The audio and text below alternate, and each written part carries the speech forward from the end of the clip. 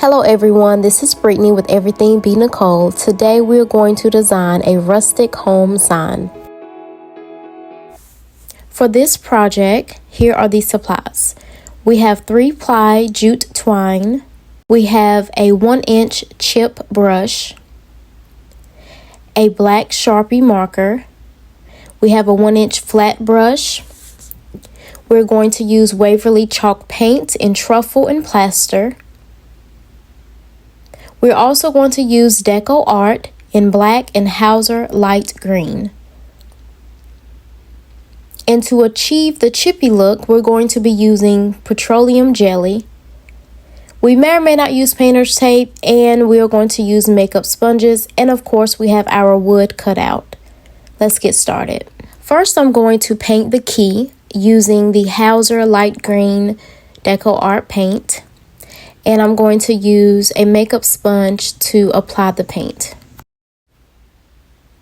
I'm going to go ahead and put some black paint down for the home sweet home as well as the decorative embellishment at the top of the house.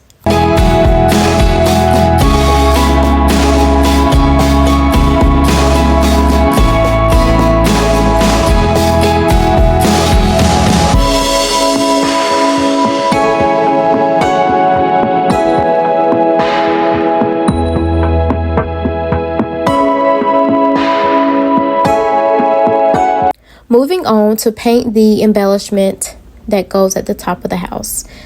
And as mentioned, I'm going to paint it black.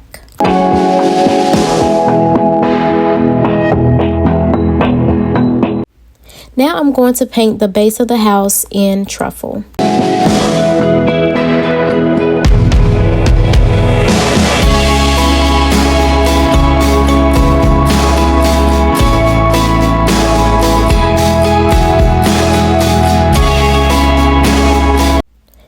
Here I'm using my heating tool to dry the layer that I just painted.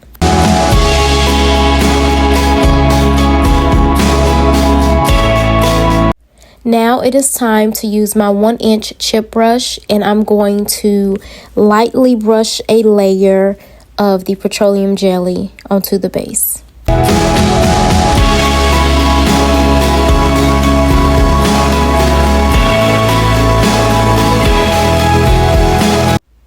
Now I'm going to paint a layer of plaster on top of that petroleum jelly.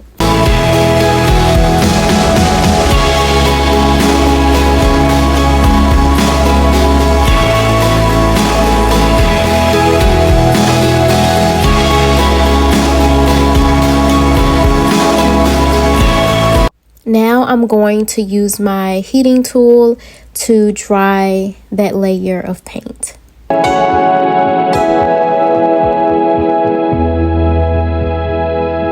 I am now going to use a scraping tool. This is a plastic scraping tool, and I am just lightly going over my surface to pull up some of that paint in those areas that I laid down some petroleum jelly. This is how I achieve the chippy look.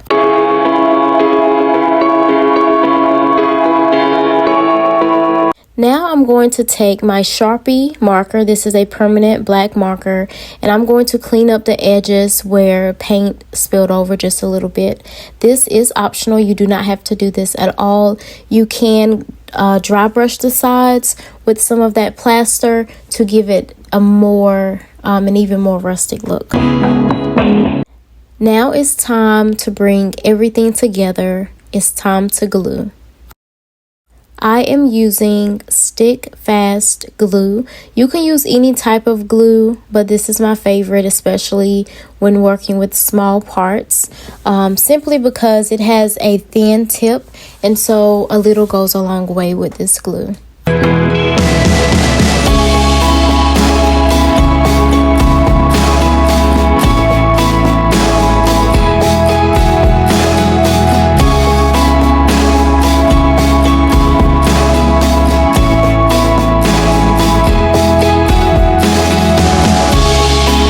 Now I'm going to gather some twine, and I'm going to wrap it around the base, starting with the back because I am going to tie it off at the back. And I'm going to go around it just a few times and then finish it off.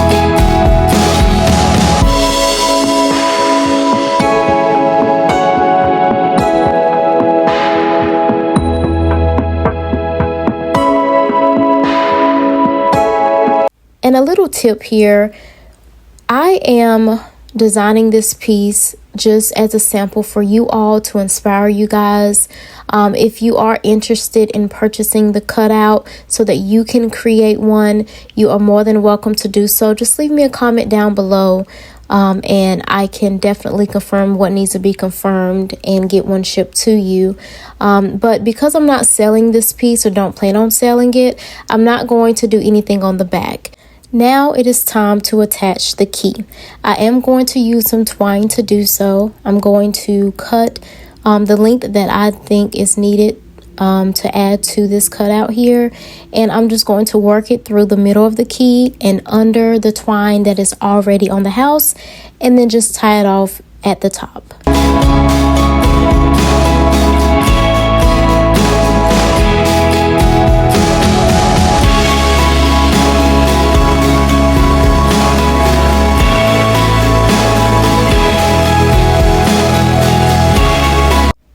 And lastly, we are going to paint our base. This cutout comes with 3 pieces that are meant to be stacked on each other to establish the base. And we are going to paint the base black.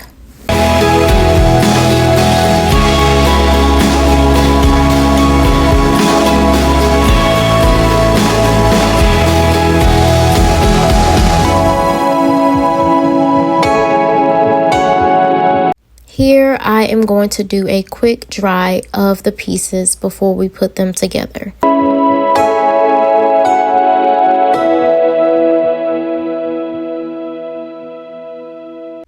A quick tip. So anytime you're working with more than one piece for a base that you need to glue together, I suggest that you start with the piece on top and you go ahead and feed your cutout through there, and then add your glue to that, and then feed the next layer on, and you just keep going like that. And the reason why I suggest this is because if I were to glue all 3 pieces together to complete the base, and let's say I'm not the best at gluing things together, for them to match up perfectly, when everything is dry and I go to insert my cutout piece inside the base, it may or may not go in there. And of course, when you're working with glue, it's nearly impossible to get those pieces separated without messing up whatever it is you're working with. So I do suggest this method regardless of what you're putting together in terms of a base, especially if you have more than one piece that goes with the base. Here is the finished project. Let me know what you think down in the comments, and be sure to like and subscribe. Thank you all for watching. Until next time.